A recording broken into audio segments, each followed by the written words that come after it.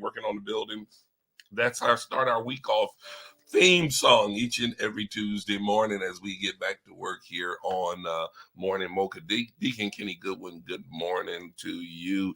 Got a couple of shout outs, special shout outs that we want to make sure we acknowledge this morning. First of all, we understand that Donna Stevenson is celebrating her birthday on today. Happy birthday, Donna. God bless you. God bless you. And we really hope and pray that this will be an enjoyable day, an incredible day for you. Celebrate yourself. Give God thanks and praise for another year. You know, I always encourage people to give God thanks and praise for another year because we never want to be a people that take life for granted.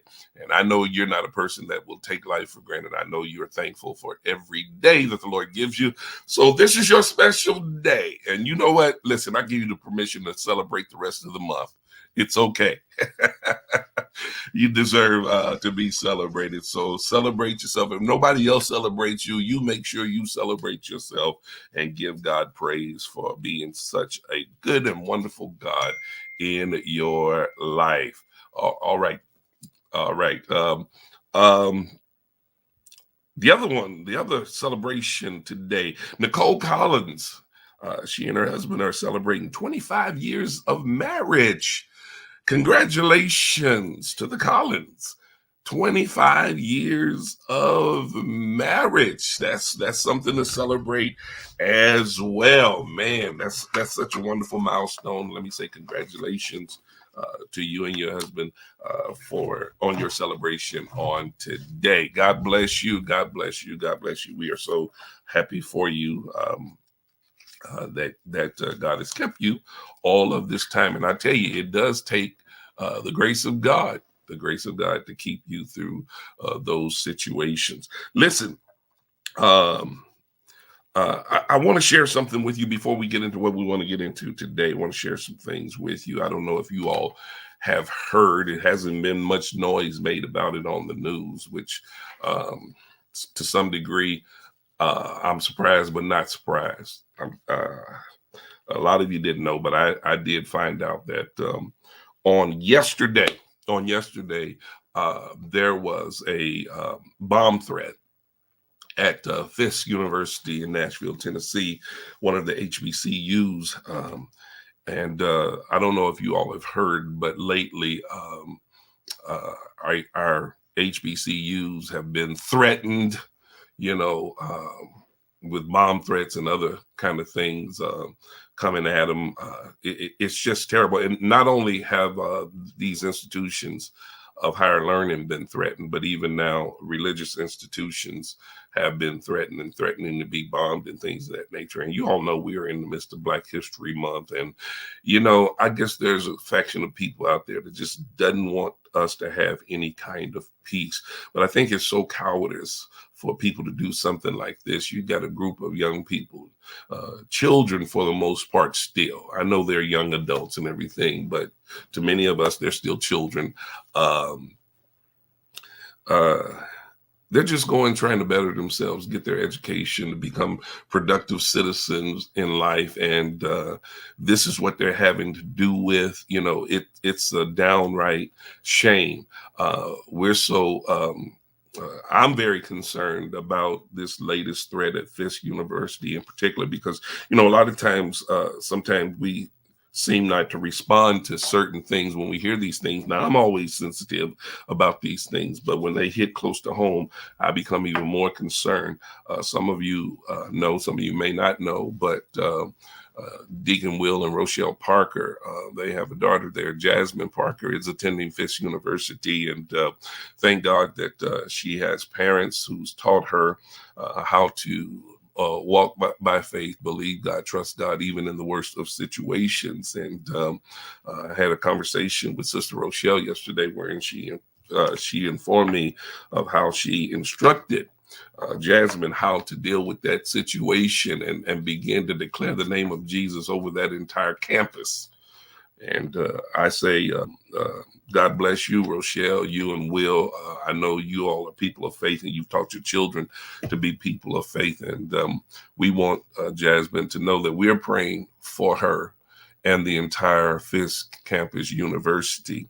I don't know if things have settled down and gotten back to normal just yet, but uh, it was a very chaotic day on yesterday. But we just pray God's divine protection, not over just that institution of higher learning, but all of our institutions of higher learning, our institutions of learning, period. Because nowadays people don't care. They'll invade any space: daycare centers, elementary schools, middle schools, high schools. People just don't care anymore. And I still say that too many of us are minimizing the seriousness of these matters, even though we're being confronted by these things on a daily basis. They're popping up in the news, and some of us are like, well, I don't watch the news because of that very kind of thing. Listen, sometimes you need to watch the news so you can know what to pray for. We as believers ought to be intercessors, praying for situations like this, not going somewhere and sticking our head in the sand and acting as though if I don't know anything about it, then I don't have to concern myself with it. But see, the strange thing about it is most of us who take that position or approach, no sooner than something happens in our own families like that,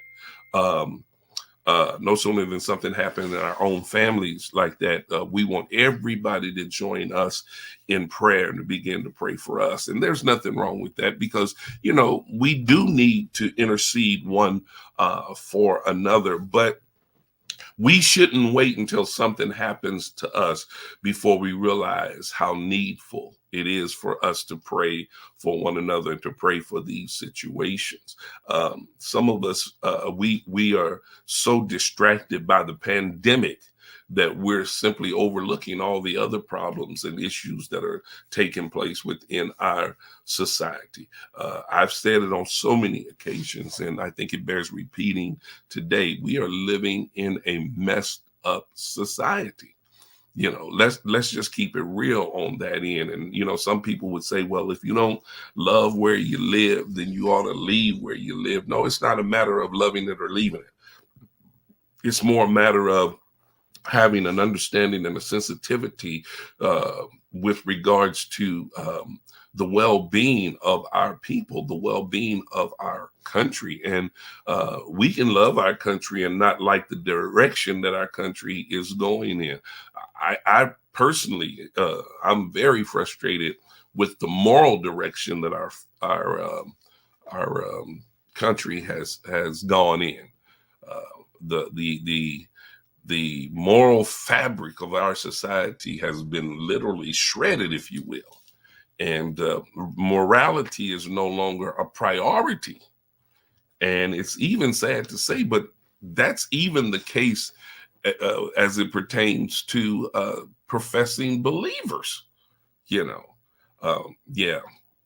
And it's a problem. We need to continue to pray for our young people, pray for our nation, that these kind of things. Now, but let me say this. I want to say this before I get to what I want to get to today, because I definitely want to get to what I'm anxious to get to what I want to share with you today.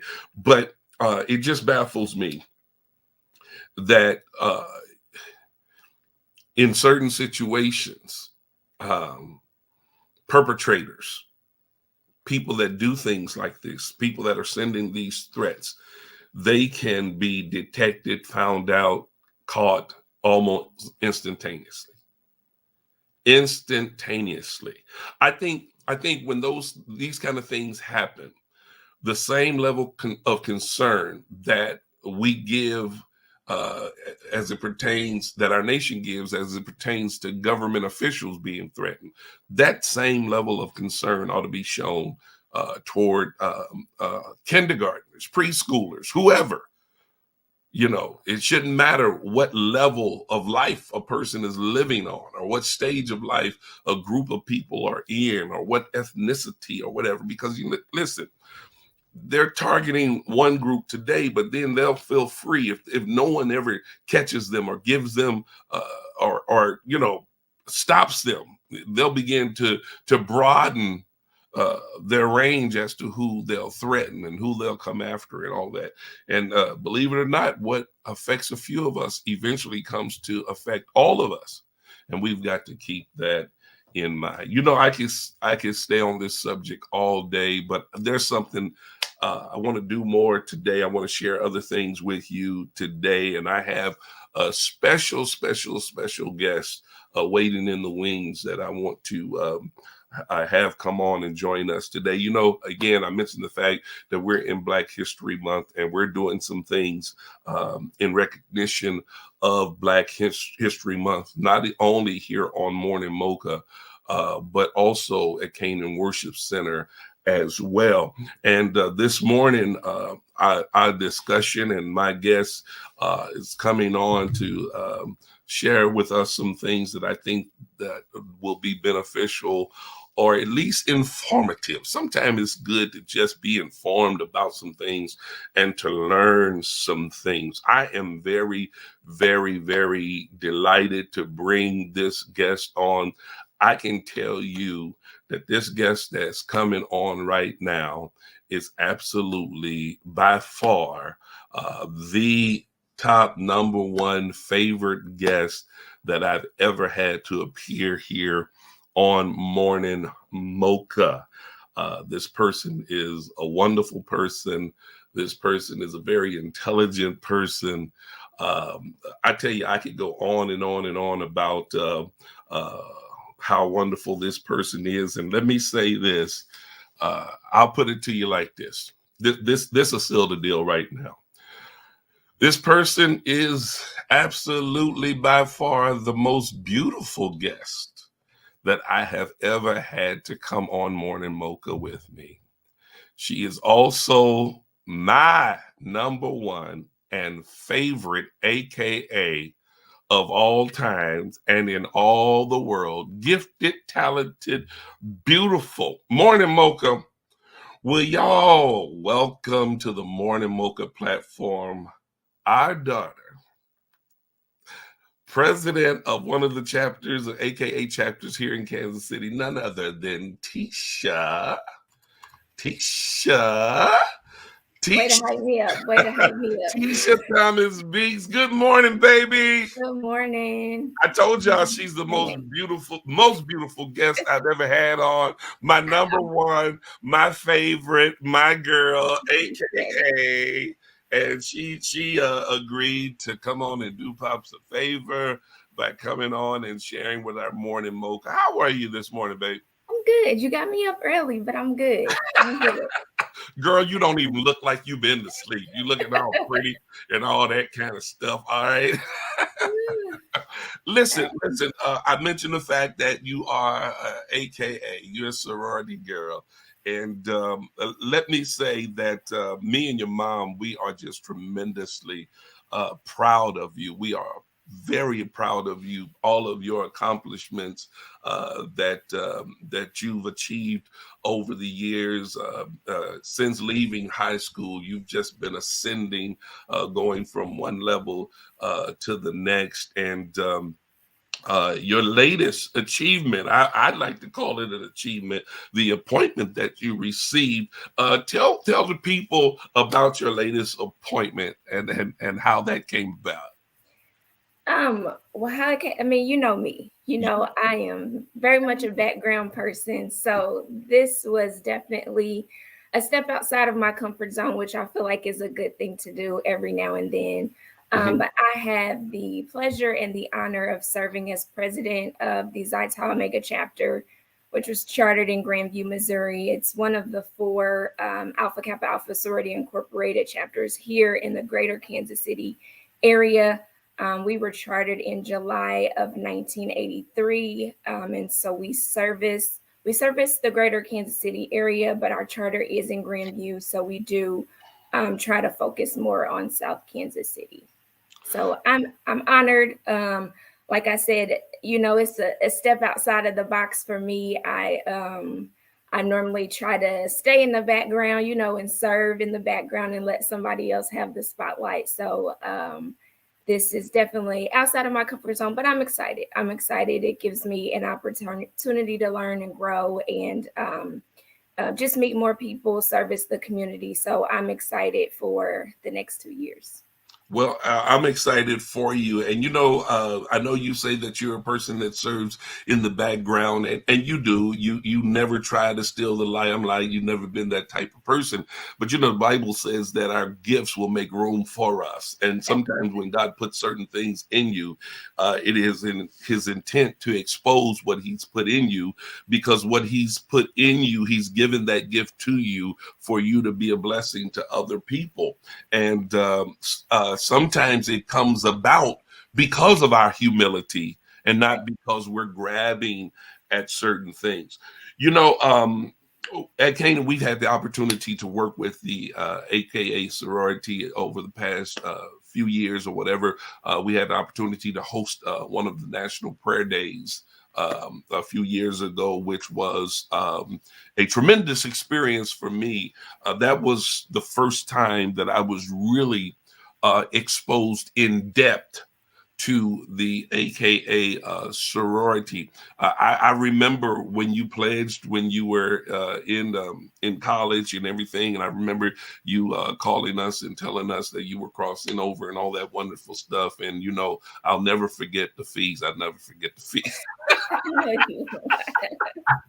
but my understanding at the time was very shallow. I'm just going to be honest with you. I thought, okay, this is another one of these social groups in colleges, and it's what college people do and all that kind of thing. But since then, I've come to gain a greater understanding about what the sorority is all about. And I even took the time to pull up and look at you guys' history and read through it a little bit. And it was really interesting to me. Why don't you share with our audience in a nutshell what the AKA sorority is really all about? Yeah, of course. So Alpha Kappa Alpha Sorority Incorporated was founded on January 15th, 1908, on the campus of Howard University. And our guiding light, our visionary was Ethel Hedgeman Lyle. And she had this idea of just creating this platform. If you think about that time in 1908, just what the world was for African Americans. So if you think about that, and also think about from the standpoint of women, so we not only have to fight this fight as African American, but also women back then didn't really have a voice. Right. So that's one of the things that I always grasp when I think about that time and think about our history, is the bravery that the women had at that time to develop this organization where they're saying, we're going to be the voice of these people. We're going to try to push our culture and our people and enrich our people and give our people opportunities that we didn't have. So that was the premise. And it has, of course, grown tremendously. We have over 300,000 members now. We've celebrated 114 years this January. And so that's just one of the things that I'm really proud about in choosing an organization. I think it's really important to know the foundational histories and what the mission and the goals is for any organization that you join and that you're a part of. And so I can really be proud of Alpha Kappa Alpha and the foundations that were set to encourage women to be active in our community. We promote high scholastic and ethical standards and just mentoring young girls and women and just making sure we're in the forefront of the advancement of our people. One of the things that you just mentioned with regards to your history that I felt was really most intriguing to me, first of all, was the fact, and I don't want this to get lost on the people that are listening right now, was the fact that these women formed this organization on the campus of a HBCU. Okay, that's number one. This was during a time where African American people they were challenged trying to find their place in a society that was yet rejecting them and not counting us as people. But to add to that was the fact that they were women. Yeah. They Yeah. were women. These women were bold. These women decided to do something in a male dominated society. Mhm. And they were determined to have a voice and to have a presence in a male dominated society. And that right there within itself just kind of blew me away. I'm like, wow, this is amazing. This is powerful. This is impactful. Now, in light of all of that, the history of the sorority, how much they've done over the years, how do you feel like the history of the society has really made inroads to make things much better for African American women? And you know what? I think I don't even want to confine it to African American women, but to Mhm. African American people Right. today. How much do you really feel like it's yet having an impact today? So what we try to do is just continue on. Like, if I can go back, in a biblical sense, we're blessed to be a blessing. Mm-hmm, And so I think that's the whole goal, is with the opportunities that we've been afforded. All of us are college educated women. mm-hmm, So mm-hmm, with the opportunities that we're afforded, we want to, of course, give that back. So I think we've been able to, within our own separate communities that expand across the globe, we're mm-hmm. able to recognize what the needs are in our specific communities, and address that. So whether that's hunger, or whether that's voter registration drives, or whether that's women health, making sure they're educated about getting mammograms, about getting your heart checked. So I think over the years, and if you think about it, if each community is doing that around the world, Mm-hmm, mm-hmm. then the great impact that it's going to have. So I think Alpha Kappa Alpha has continuously stayed in the forefront of being keen on those needs, and making sure that we're there to assist for the underserved. Yeah, yeah, that was another thing you just touched on that blew me away. When I was doing my research on you guys last night, to discover that you have over 300,000 members, uh, but that you have, I believe it was 1,046 chapters spread Mhm. across the nation. Yes. Then you guys have gone into 10 different countries. Yep. Yep. That And that blew me away. I was thinking that, oh, this is just the United States yeah. thing. No. But you guys have global reach, Yeah. which Yep. is Absolutely. absolutely amazing. Talk about some of your global reach, because I think people need to understand that you guys are not a bunch, just a not a not they you're not just a bunch of pretty, prissy, nicely dressed women in pink and green that sit around and have tea parties. No, no, absolutely not. Absolutely. Like I said, we're for social advancement. We're for uplifting our people. We're for pouring into young girls. As far as our global reach, we do have chapters in Germany, in Japan, in Dubai, of course, South Africa. So we're across the globe. And actually, you mentioned Global Impact, which is one of our target programs. So each administration, our international president, gives us a focus. And so we have 5 targets. Our international president is Dr. Glenda Glover, and she has 5 targets. One of those targets is global impact.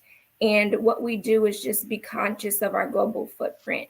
Right now, one of the activities that we do is actually sewing pillowcase dresses for girls in Haiti, and also shirts for young boys in Haiti. So we do not only make sure that we're covering the United States, but like you said, we're across the globe. So we do reach across the borders to make sure that we're of assistance there as well. Now, right now, you guys have an initiative that's taking place that Canaan has partnered with you guys as well. and that is the donation of shoes and eyeglasses that you guys collect. You all do this on an annual basis? Yes, so all year Oh, long, and again, that's part of our global impact target that I was talking about. We have partnered with Souls for Souls, which is an organization who provides shoes across the globe to those in need. And they also are doing that to sustain jobs. So not only they're sustaining jobs, and they're also giving back to those who are in need.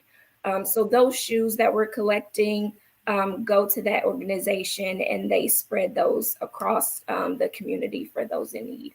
And I did have some questions, so while we're here, we'll take heels, we'll take shoes, children, men, women. We'll take all of them. I had some questions about. I got a bunch of heels. Do you take heels? Yes, they'll take heels. I got I sent in a bag of mine a couple months ago. So yes, we will take heels.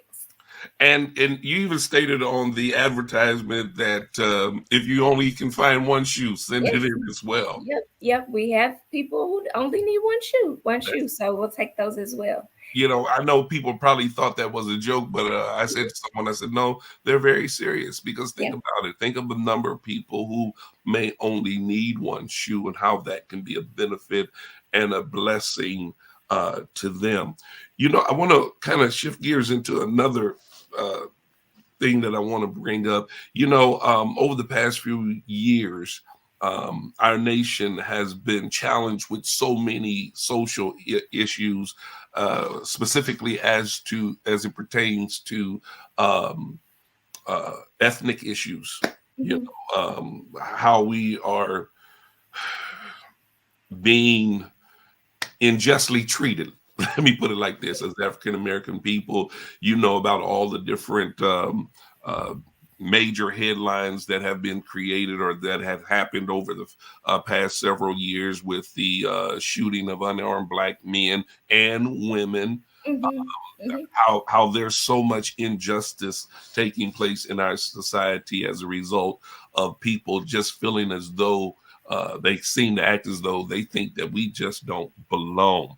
Yeah. Tell me, what role or how involved does AKA get? Do they get in terms of having a voice to address those type of issues? So first, I think it's important, and I'll speak for myself, which I think we do a really good job is education. So a lot of us, if it doesn't directly impact us, then we see it and we hear about it, and it's like, oh, okay, dang. But I think the recent situations that happened has kind of forced everyone to kind of educate themselves and say, okay, wait a minute, what can I do as an individual to try to help this situation or make sure that our voices are heard? So we do a lot of education. We have voter registration drives, Mhm. which is really important. We try to get to those places in the communities and the areas in the communities where getting to the registration polls might not be, as easy as other places. So we do try to do registration drives.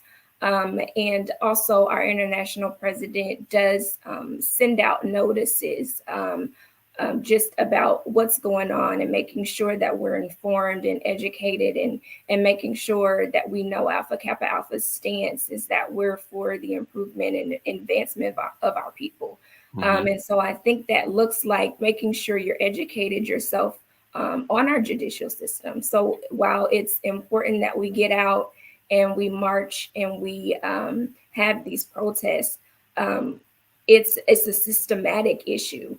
And so I think until we can get on that front of us seeing how we can get into the system and change Mhm. the system for the betterment of everyone, that's going to go a long way.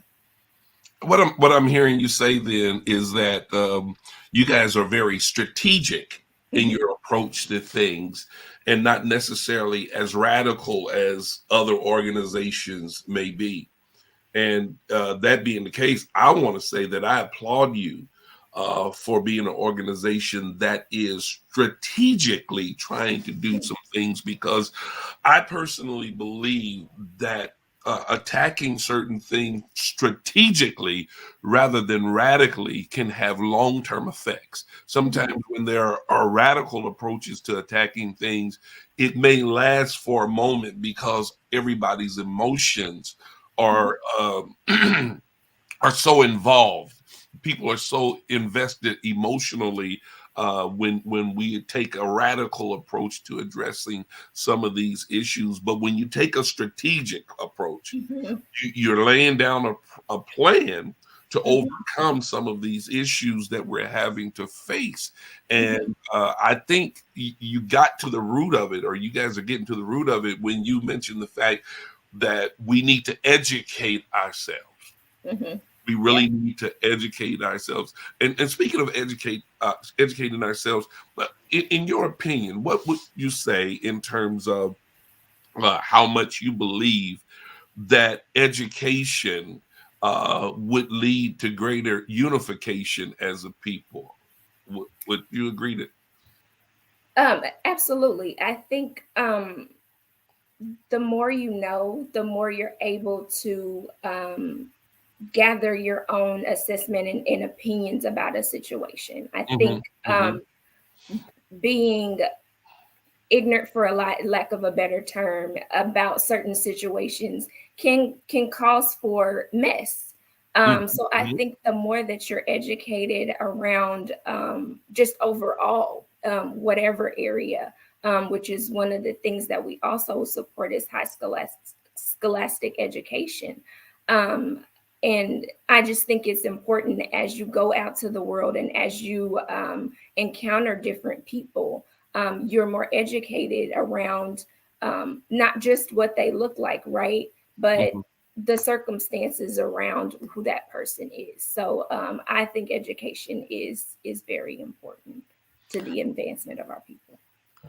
Now, because of your personal involvement with AKA and how deeply rooted you're in it, I've been able to watch and observe some of the things that you all get involved with. And like I said, from the time that you actually crossed over, and became AKA, I become more and more educated, come to understand y'all just not a social group, but the past few years.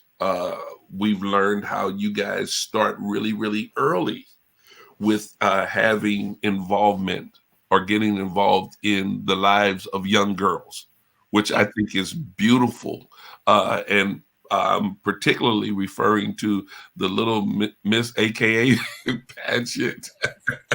Talk about that. I thought, and how did I become aware of that? Is because when our granddaughter And Taylor, Taylor, you got yeah. Taylor right on in there. You got your niece right on in there, and got involved in that. Tell our audience what that Little Miss AKA pageant is really all about, and the primary objective for you guys holding this pageant every year. Yes, so the Zaita Mega chapter holds an annual Little Miss AKA pageant. And it's not just a beauty pageant, it is for fourth and fifth grade girls. Hmm. Um, and so it's not just a beauty pageant. We do have weekly workshops with them over an extended period of time. Usually it's about August, July to October. And we have weekly workshops with the girls. We teach them about health. We teach them about self-esteem. We teach them about being a productive member of this society. We teach them about loving themselves and the beauty of being a brown girl.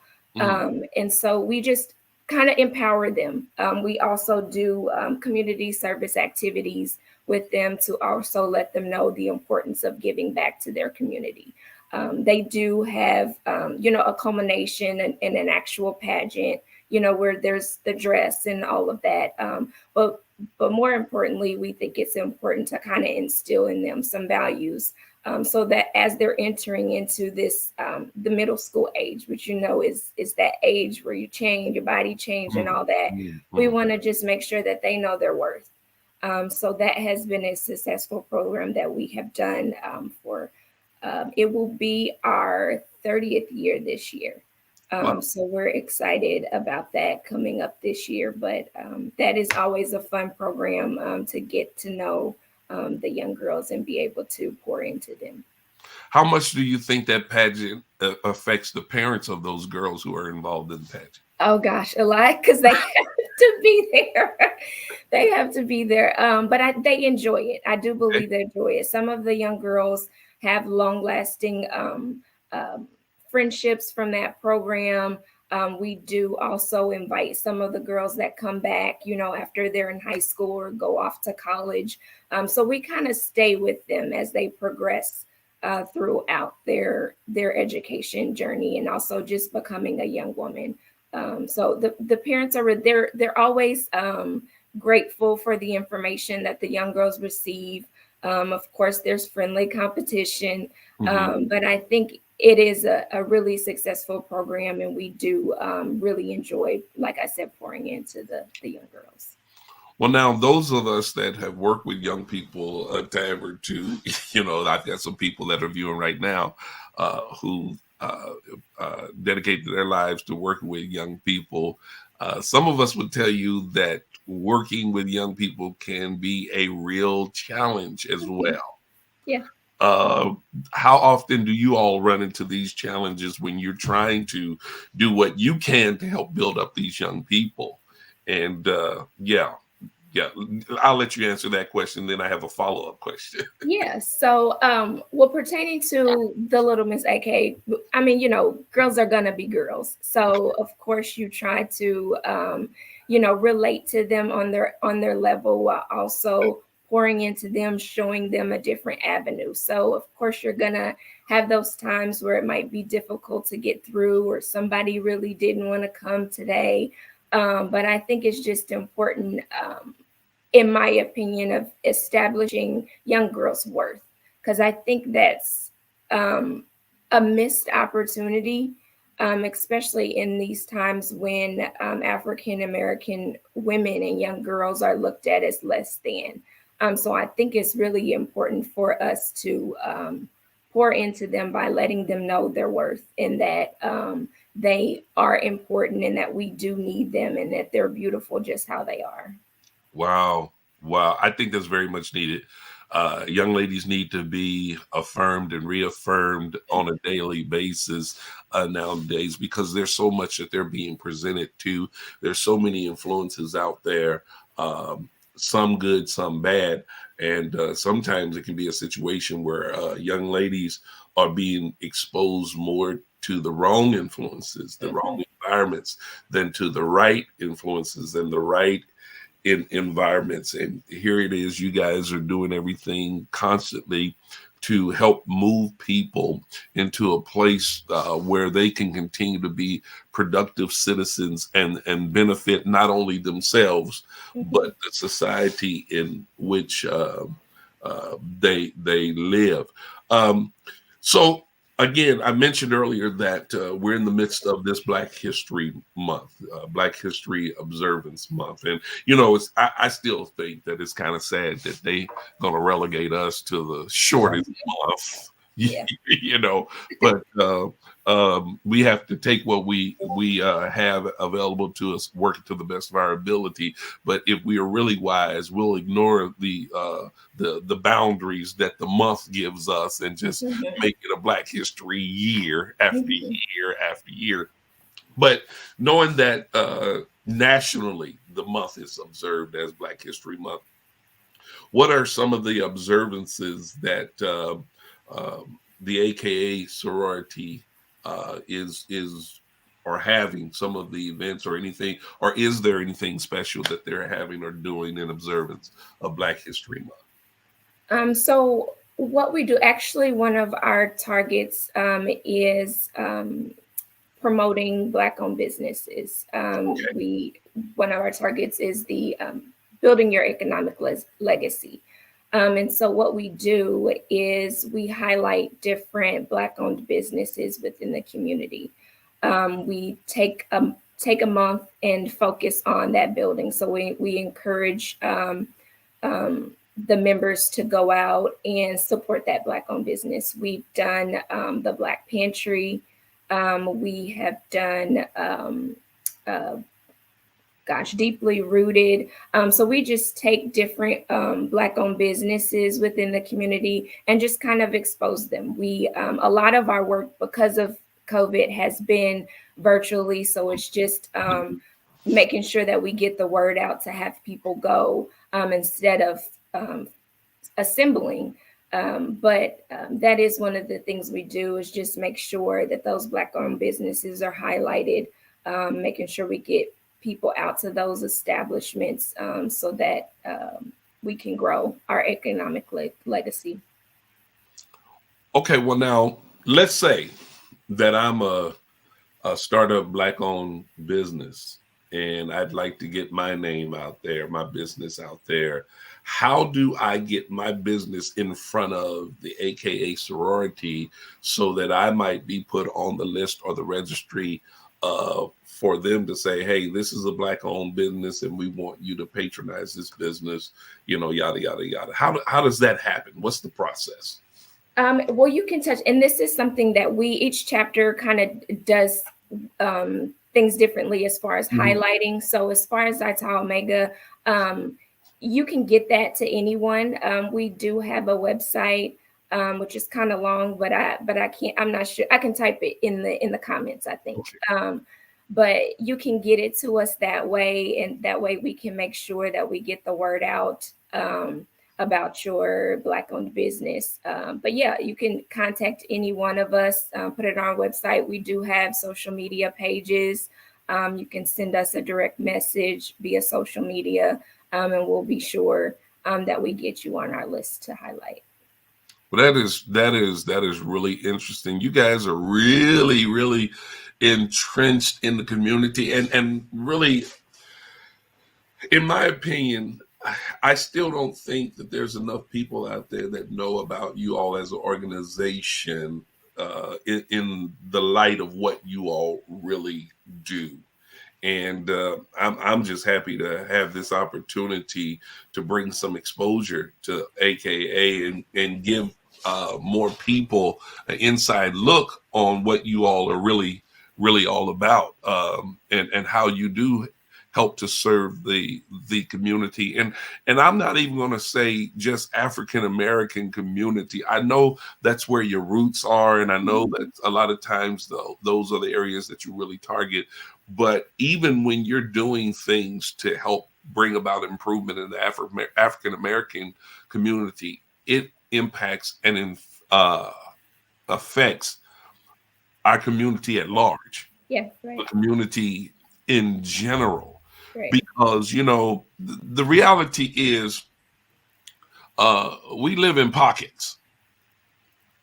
We live in pockets. Right. And if we can improve this pocket over here and this pocket over there and this pocket right here, pretty soon, if all these pockets are getting better, right, we become better as a whole. Yep. And that's what we've got to realize. I think Rochelle just put a link up here. Oh, you did? Yes. Thank you. Okay. Thank you, Rochelle. My staff people, they be on it. That's my team. That's my team. And my sorority sister, she got my back. Thank you. I was say that's one of your sorority sisters, huh? Yes. Okay. All right. Yeah, praise God. And again, we are I'm just so delighted. So tell me again. I know you've gone through all of the history as much as you can squeeze in today and all that kind of good stuff. But I'm just curious. Back when you were that young college student down at Central Missouri State University, when you were that young college student and you were looking to get into something, how did you wind up with AKA? What drew you to AKA initially?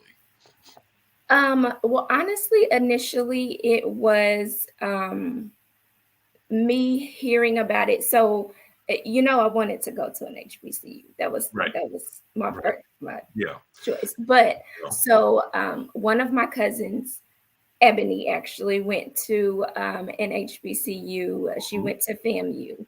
And so she would always come home and just talk about sorority life and all of that. And in particular, she would talk about Alpha Kappa Alpha. And so I wouldn't say that I was really exposed to Greek life, as in high school or anything like that. And so it just always kind of stuck with me. Um, I did know other AKAs like around me that were in the church and things like that. But when I got to CMSU, the AKAs weren't on campus. So I waited a while until they came to campus, and they came to campus in 2004. And so I had the opportunity to go for initiation in 2005. And so it was just, back then, it's not as deep as it is now as far as getting into, what they were really all about. I just liked how they carried themselves. From what I've heard, about the women who were either honorary members or just those people who are really doing things within the community and within the world. And we were the first Black Greek sorority for African American women. So who doesn't want to be the first? So those are some of the things that drew me. You were making history, huh? I mean. You go ahead, girl. You go ahead, girl. Yeah, that's just like it. Just like it. That's all good. So there are women that are viewing right now, potentially, possibly, who are educated women who's never pledged to any sorority or anything, and they're listening now, and they're very impressed with your presentation today and the information that you've shared.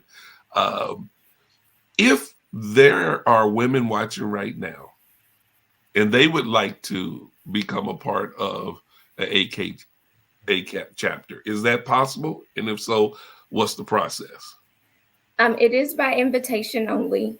Okay. So what we encourage people to do is to go to our corporate website, which is aka1908.com, and look through that website and kind of the steps that you would need to take in order to express your interest. Wow. But it's better if you know somebody that knows somebody who knows somebody. It's always better when you know somebody who knows somebody. But we do encourage you to do your research, get on the corporate website and see how you go about connecting. Do you ever reach a stage where they just say, no, you just too late?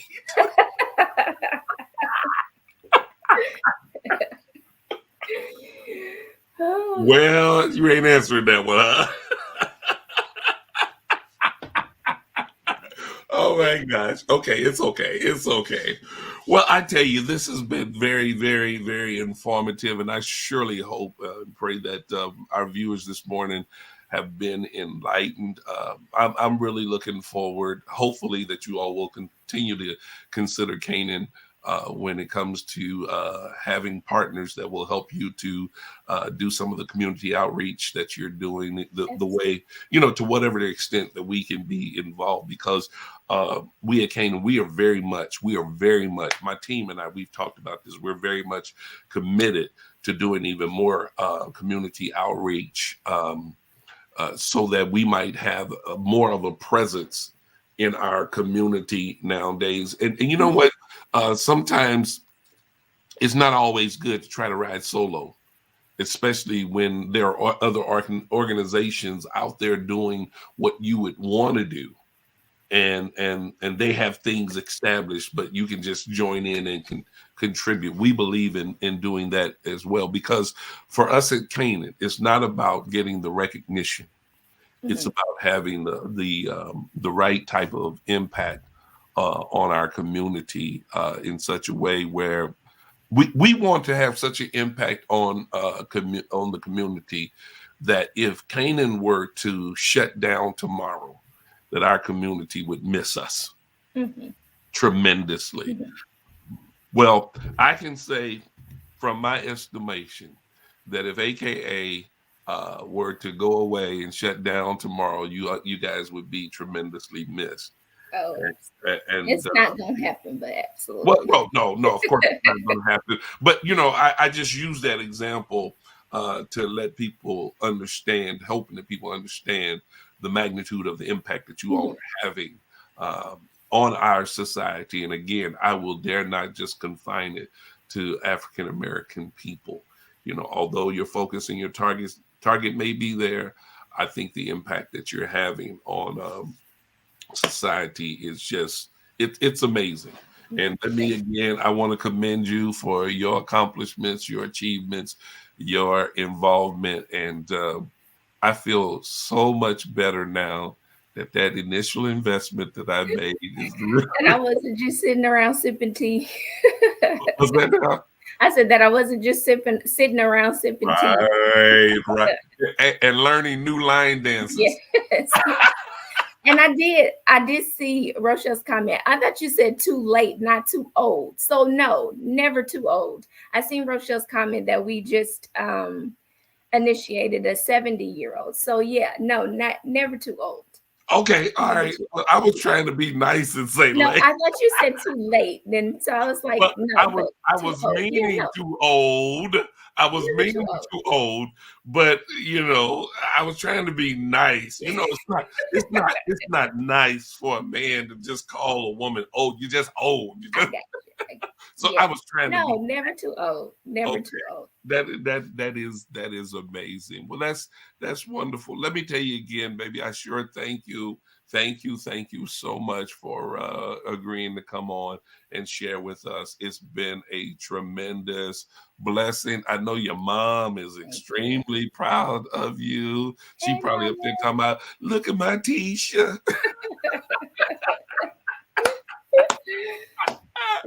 Yeah, but again, thank you so much. We love you, baby, and Thank you. Love we you look too. forward to you doing even greater things. And let me say for the record, I thank God that He pulled you from the background into the forefront Thank because you. you have a great deal to offer the young ladies around you. You know, hey, you know how your niece looks up to you. She just thinks the world of you and everything, and your mom and I do too. God bless you.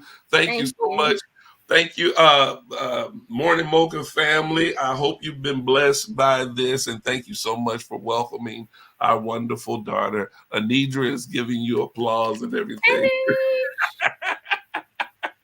You know, yeah. So again, thank you all. Look forward to being with you all tomorrow morning. And listen, if everything works well, I believe that Pastor Mike Grubbs is going to be back with us tomorrow morning. So you want to jump back on with us tomorrow morning as we have a Work on Me Wednesday tomorrow with Pastor Mike Grubbs. God bless you. Until next time, like I always say, my prayer is that you have a blessed, wonderful. Oh, wait a minute. Don't forget to join us this evening for Bible study, TNT Bible study. Lady Ann and myself will be back with you tonight, sharing the word of God in this same place on this same channel, 7 p.m. Till next time, God bless you. Have a blessed, wonderful, and even prosperous rest of your day.